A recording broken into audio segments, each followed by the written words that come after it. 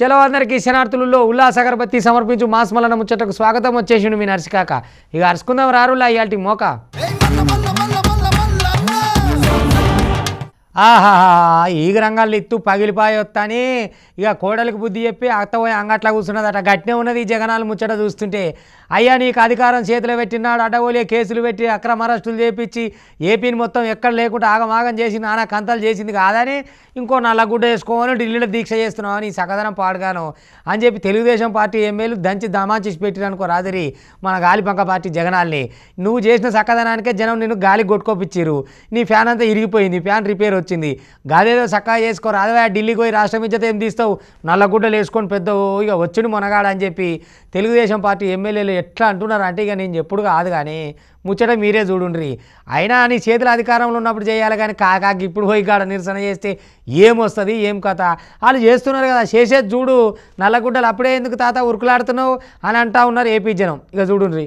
అబ్బో మేం చేసినాం ఇంత పొడు పాలన అని చెప్పి దీక్షకు పోయినవా జగ్గులు? నీ సక్కదనం పాడైపోను. మరి నీ పాలనలో ఎక్కడున్నాయో చెప్పాలి కదా శాంతి భద్రతలు. అప్పుడు గుర్తుకు రాలేదా గీ ముచ్చట? ఇప్పుడు బాగానే దీక్ష చేస్తాను ఢిల్లీ కాడ పోయి కూర్చున్నావు అని చెప్పి టీడీపీ ఎంపీలు మస్తుగా గరమైనరులా. హస్తినా వేదికగా రాష్ట్ర పరువు తీస్తున్నాడని మస్తుగా గరమైనరనుకో రాదుర్రి. ఇక జగ్గులు నిరసన దీక్ష చేసుడు దయ్యాలు వేదాలు వల్లించినట్లున్నదని టీడీపీ అనంతపురం ఎంపీ అంబికా లక్ష్మీనారాయణ మాట్లాడుకొచ్చిండు. జగ్గులు అరాచక పాలనల జనాల మీద 2 లక్షల కేసులు పెట్టిండ్రని, అందుకే జనాలు ఇప్పుడు జగ్గులు తిరస్కరించిండ్రని, రాష్ట్రానికి నిధులు అందాల్సింది పోయి బాధ్యత లేకుండా రాష్ట్ర పరువు తీస్తున్నాడని మాట్లాడుకొచ్చిండుల్లా. జై చంద్రబాబు అన్న వ్యక్తిని చంపినప్పుడు జగన్ కు శాంతి భద్రతల ముచ్చట గుర్తుకు రాలేదా అని కరాఖండిగా ప్రశ్నించిండు చూడుండ్రి. రాష్ట్రంలో మీ పరిపాలన ఉన్నప్పుడు అదే పల్నాడు ప్రాంతంలో చంద్రన్ అని చెప్పేసి ఒక అతను జై చంద్రబాబు అన్నందుకోసం అతను నడి రోడ్లో చంపినప్పుడు గుర్తురాలేదని నీకు రాష్ట్రంలో ఉన్నటువంటి అరాచకాలు. అదేవిధంగా కడప జిల్లాలో సుబ్బయ్య అనేటువంటి బీసీ వ్యక్తిని నడి రోడ్లో చంపినప్పుడు గుర్తురాలేదని నీకు అరాచకాల గురించి. అదేవిధంగా సాక్షాత్తు నీ ఎమ్మెల్సీ అనంతబాబు డ్రైవర్ని చంపి పార్సల్ చేసి ఇంటికి పంపిస్తుంటే దళితుడిని నీకు గుర్తురాలేదా అరాచకమైన పరిపాలన. ఈ విధంగా చెప్పుకుంటూ పోతే రాష్ట్ర వ్యాప్తంగా ఉన్నటువంటి అనేక సమస్యలను పక్కన దారి పట్టించి కేవలం ప్రశ్నించే వారి గొంతుపై కత్తి పెట్టేలాగా కేసులు పెట్టించి అదే దౌర్జన్యాలు చేసినటువంటి నువ్వు ఈరోజు ఢిల్లీలో వచ్చి ఈ విధంగా మాట్లాడము సభ్యత కాదని తెలియజేసుకుంటాను. అది చూసినారులా. మరి నువ్వు వద్దుగానే కదా జగ్గులు శాంతి భద్రతల గురించి నువ్వు మాట్లాడుతున్నావంటే నిజంగానే సిగ్గుచేట అనిపిస్తున్నది. వామ్మో వామ్మో నీ పాలనలా ఎంతమందిని పాలన తీసుకోలేవు నువ్వు. ఇంకో రోకు సీఎంగా లెక్కలేని సార్లు ఢిల్లీలో పర్యటించిన జగ్గులు ఏపీకి ఏం సాధించిందని ప్రశ్నించిండు విజయనగరం ఎంపీ కలిశెట్టి అప్పలనాయుడు. అధికారంలో ఉండగా ముఖ్యమంత్రిగా ఉండగా లెక్క పెట్టలేని పర్యటనలు మీరు చేశారు. ఢిల్లీ వచ్చి 5 ఏళ్ళు రాష్ట్రానికి మన తెలుగు వాళ్ళకి 5 కోట్ల ఆంధ్రులకి ఏం తీసుకొచ్చారు? సరే ప్రజలు మీ పరిపాలన బాగోలేదనో చంద్రబాబు నాయుడు గారి నమ్మకంతోటో ఈరోజు ఎన్డీఏ కూటమి నాయకుల పట్ల విశ్వాసంతో ప్రజాప్రభుత్వం ఏర్పాటు చేసి వారు గౌరవించి ఈరోజు భారీ మెజారిటీతో ఇచ్చి మమ్మల్ని పంపిస్తే రాష్ట్ర ప్రతిష్టని ఇబ్బంది కలిగించే విధంగా రాష్ట్ర పరువు ప్రతిష్టల్ని ఢిల్లీ నడి రోడ్లో తాకట్టు పెట్టే విధంగా మీరు ప్రవర్తిస్తున్న తీరు చూస్తే బాధేస్తుంది ఒక ఆంధ్రుడిగా. రాష్ట్ర పరువుని తీసేందుకే జగనాలు గిట్లా వ్యవహరిస్తున్నాడని, రాజకీయాలు వేరు రాష్ట్ర ప్రయోజనాలు వేరు, ఏపీ జనాలు తలదించుకునేటట్లు జగనాలు ప్రవర్తిస్తున్నాడని, ఆయన పాలనలా రాష్ట్రం 50 ఏళ్లు వెనక్కు పోయిందని కలిశెట్టి అప్పల నరసయ్య మాట్లాడుకొచ్చాడు చూడుండ్రి. అరే వానకాలం దినం పొరగాలకి ఏం బాధ వచ్చినేం రా బాబా. ఇక బళ్ళేమో పాత బళ్ళు అయిపోయాయి, మీదికెళ్ళి చెత్తలకెళ్ళి కూడా చినుకులు కురుస్తూనే ఉన్నాయట. ఇక ఏం చేయాలరో నెత్తిదాడి చేతట్టు చెత్తిర్లు పెట్టుకొని బళ్ళే పాఠాలు వింటురు. అగో గంత కాడికి వచ్చింది. మరి సర్కారు జర అటుమొక్కన నజరేసి పాత బళ్ళని కొత్త పూతలు చేపిస్తేనే బాగుంటుంది. లేకపోతే పొరగాళ్ళు ఎట్లా చదువుకుంటారు చెప్పురి.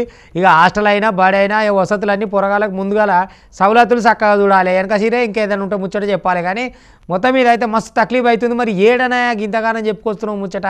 నర్సికాక ఏ ఊళ్ళో ఎక్కడి పొరగాలు మా ఊరు బడి అయితే బాగానే ఉందని, బాగున్న బడులు మాట్లాడకూరి, బాగలేని బడి గురించే చెప్తున్నాం. అది ఏ ఊరు ఏం కథ అనేది ఇప్పుడు పొల చెప్పుకొస్తే పోతున్నారు.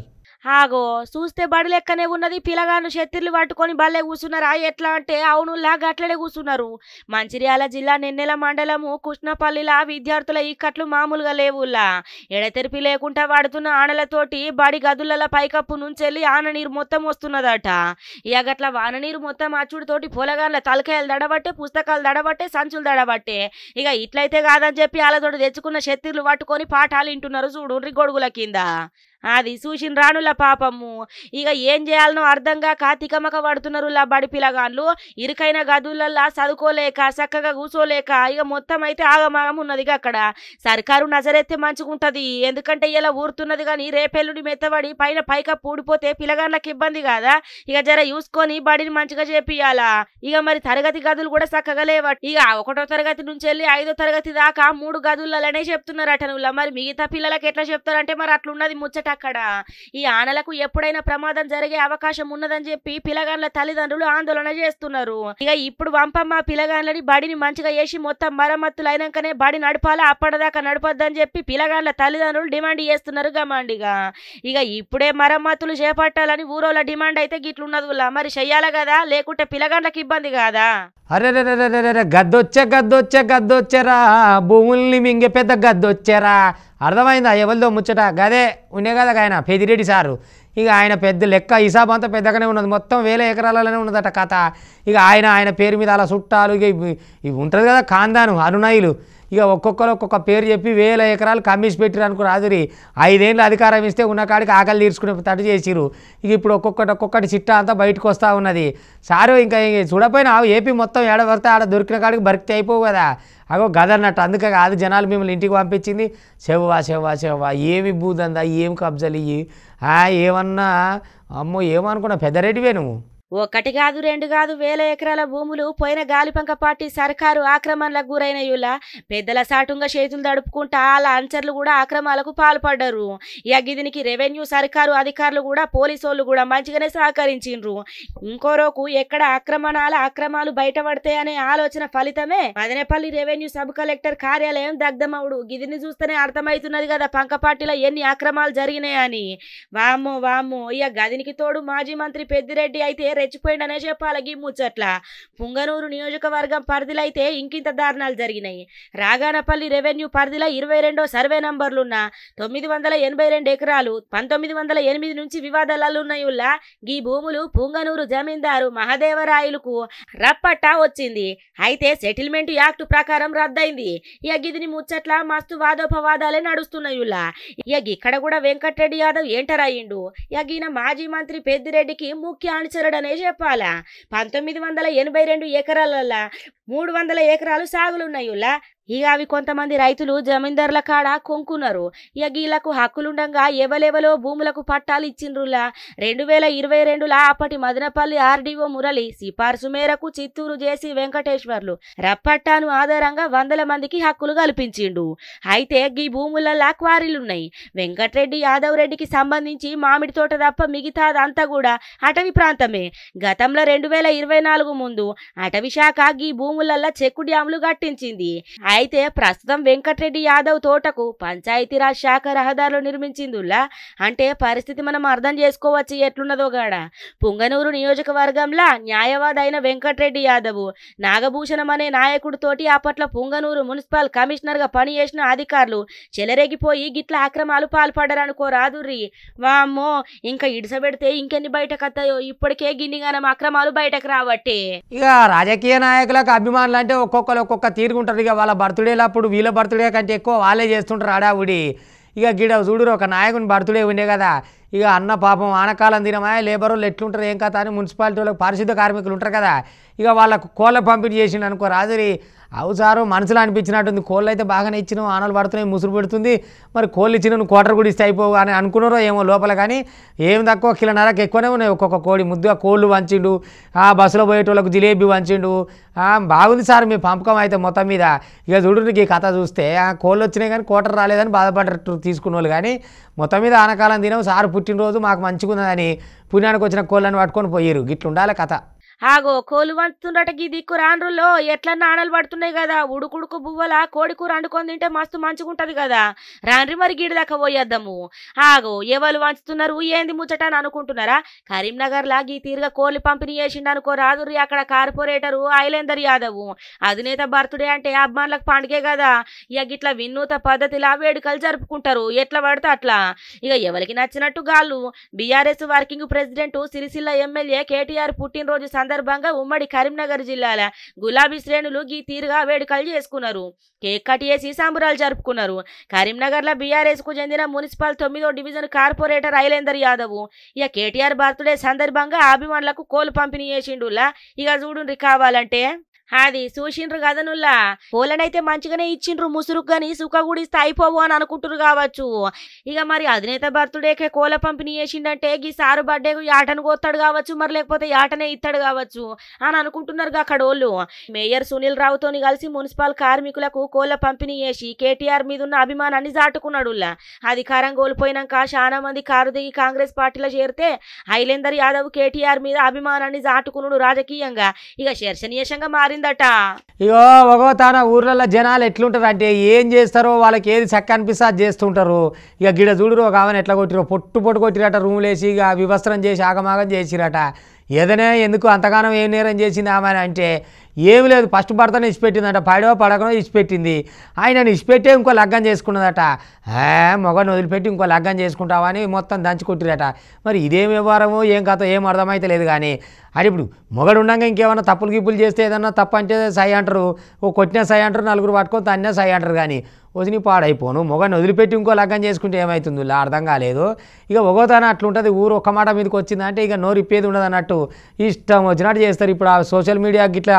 ఆ వీడియోలు తీసి ఆగమాగం చేస్తారంటే ఈ పంత వెళ్తుందని పోలీసు వాళ్ళు వచ్చి చెప్పిరట ఏం ఊరో ఏం పంచాయతీలో ఊర్లలో అయితే చిత్ర పంచాయతీలు అవుతున్నాయి ఇలా మొత్తం మీద ఎవరికి వాళ్ళే ఏమన్నా తీరే అని ఆగమాగం జగన్నాథం ఉన్నది ఇక చూడుర్రి హాగో ఇన్న రావులగి ముచ్చట అన్నమయ్య జిల్లా కాడ అయిందుల్లా వీరబల్లి మండలము షికారుపాలెంలా దారుణం జరిగిందనే చెప్పాల ఒక మహిళను షెట్టుకు గట్టేసి ఊరోళ్ళందరూ కలిసి కొట్టిండ్రులా అసలు ముచ్చటేంటిదంటే అదే ఊరికి చెందిన కొండమ్మ అలియాస్ చిన్ని ఇక ఇంట్లోకి తీసుకుపోయి వ్యవస్థను వేసి ఊరోళ్ళందరికి ఇట్లా చిత్రహింసలు పెట్టిండ్రు ఇక మొన్ననే భర్తతోటి ఇడిపోయిందట ఇక ఇడిపోయినామే ఇంకొకళ్ళని లగ్గం చేసుకుందట కొండమ్మ తప్పు చేసింది గట్ల ఎట్లా చేస్తుంది అని చెప్పి ఇట్లా శిక్ష విధించిండ్రని చెప్పి మొత్తానికైతే అక్కడ ఉన్నోళ్ళు చెప్పుకొస్తున్నారు దాడి ముచ్చట మీద వీరబల్లి పోలీసులకు ముచ్చట చెప్పినా కూడా ఇక వచ్చి పట్టించుకున్న పాపన పోలేరట వీడియోలు ఫోటోలు బయటకేమన్నా పెడితే మీ మీద కేసు పెడతామని బాధితురాలికి బెదిరింపులు కూడా చేసిండ్రట ఇక ఈ ముచ్చట వెనుక ఊరికి చెందిన గాలిపంక పార్టీ నాయకుడి హస్తం ఉందని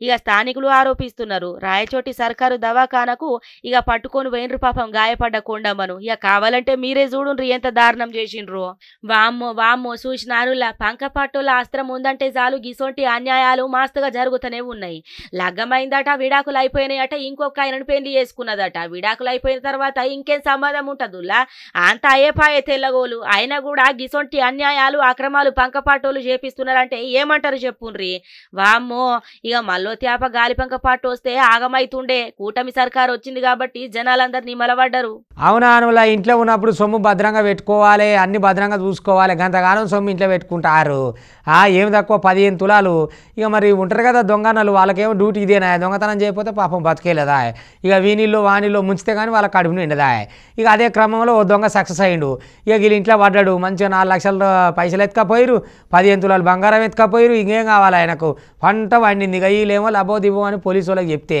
ఇక వాళ్ళు వచ్చి ఎట్లా ఏమో సీసీ కెమెరాలు లేవా అంటే దాని ముఖం కూడా ఫస్ట్ వలగొట్టిరు సీసీ కెమెరా ముఖం వలగొట్టి ఉన్నకాడికి వేసుకొని చదువుకొని అవతల పడ్డరు సంచురాలు వేసుకొని ఇక పోలీసు వాళ్ళు ఏమో ఎంక్వైరీ మొదలు పెట్టిరు ఇంటి వాళ్ళు ఏమో బాధపడు సురువు చేసిరు ఇవాళ రేపట్లో భద్రంగా ఉండాలి నుల్లా వెళ్ళి కొత్త యాప్లు వచ్చినాయి ఇంటికి ఎవడు వచ్చినా కిలుక్కు అనే సౌండ్లు వస్తాయి ఫోన్లకు తెలుస్తుంది గసొంటి పెట్టుకోవాలి గంత సొమ్ము ఇంట్లో పెట్టుకొని కూర్చుంటారుల్లా పాడైపోను చిత్రం పాడు కానీ ఇక చూడు పోయినాక దేవుడు ఆడుకుంటే ఏమొస్తుంది వామ్మో దొంగతనాలు రోజుకోట అవుతున్నాయి కదా నుల్లా ఇక మరి బయట బంగారం వేసుకొని పోవత్తలేదు అట్లని ఇంట్లో బీరువాలలో కూడా దాచుకొని పోవత్తలేదు ఎట్లా కన్నెత్తున్నారో ఎట్లా తెలుతున్నదో తెలుస్తలేదు కానీ రెక్కి చేసి మరి దొంగతనాలకు పాల్పడు తిప్పలు పడుతున్నారు కదా. ఇక ఈ జైతాల కాడ చూడుండ్రి, గోవిందుల పల్లె కాడ ఓ ఇంట్లో భారీ దొంగతనం జరిగిందుల్లా. సీసీ కెమెరాలు మొత్తం వలగొట్టి DVR ని ఎత్తుకొని పోయిండ్రు. బీరువాలున్న 4 లక్షల రూపాయలు 15 తులాల బంగారం కూడా దొంగతనం చేసుకొని పోయిండ్రులా. ఇక పోలీసులకు ముచ్చట ఎప్పుడుతోటి అక్కడికి వచ్చి మొత్తం విచారణ ఏపట్టిరనుకో రాదుర్రి. వామ్మో భయమే అవుతున్నది కదా బంగారం పైసల ముచ్చట్ల. ఇక చూడుండ్రి పాపం గాళ్ళు ఏదో మాట్లాడుకొస్తున్నారు కదా ఇంటోళ్ళు. బంగారం వచ్చేసి నిన్న మాత్రం పైన పడుకున్నాం, కిందకి చూసేవరకు తాళం పడగొట్టి ఉన్నది. 4 లక్షల బంగారం క్యాష్ పోయింది, 15 తులాల బంగారం. ఒకటి కాదు 2 కాదు 20 లక్షల మీదనే కదా భారీ నష్టం జరిగింది. మరి దొంగతనాలు చేసేటోళ్లకు ఇది ఒకటే పని పెట్టుకొని రెక్కి వేసి ఎట్ల పైసలున్నాయి, ఎవరి కాడున్నాయి, ఏడదాస పెట్టిండ్రని పూరాగా మొత్తం తెలుసుకొని దొంగతనాలు చేస్తున్నారు కదా. గింతగానం దొంగతనాలు జరుగుతున్నాయి అంటే మరి ఇలా పేల భయం లేనట్టే కొడుతున్నది. ఇక పోలీసు వాళ్ళు జరంతా నజరేసి గట్టిగా పట్టించుకుంటేనే పని మంచిగా అయితే, లేకపోతే ఇయ్యాలనే కాడ ఇంకో కాడ కూడా అవుతుంది కదా. ఇవాళ 20 లక్షలు పోయినాయి, రేపు 50 పోతాయి, 50 పోయిన కాడ ₹1 కోటి పోతాయి. పైసలంటే మామూలు ముచ్చట్న చెప్పుండ్రి ఇయ్యాల రేపట్ల. పైసలు లేకపోతే సొంతోళ్ళు కూడా అంతలేరు. ఎట్లా చూస్తున్నారో ఈ కాలంలో ఎరకనే కదా. కాయ కష్టం చేసి ఎట్లా సంపాదించుకున్నారో ఏమో పాపం, మొత్తానికైతే లూటిపోయింది కదా. ఇక గివులా ఇవాళ ఉల్లాస్ అగరబత్తి సమర్పించు మాస్ మలన ముచ్చట్లు చూస్తూనే ఉండి మళ్ళీ రేపు ఇది వరదాకా మీ TV5 ఇగుంటా.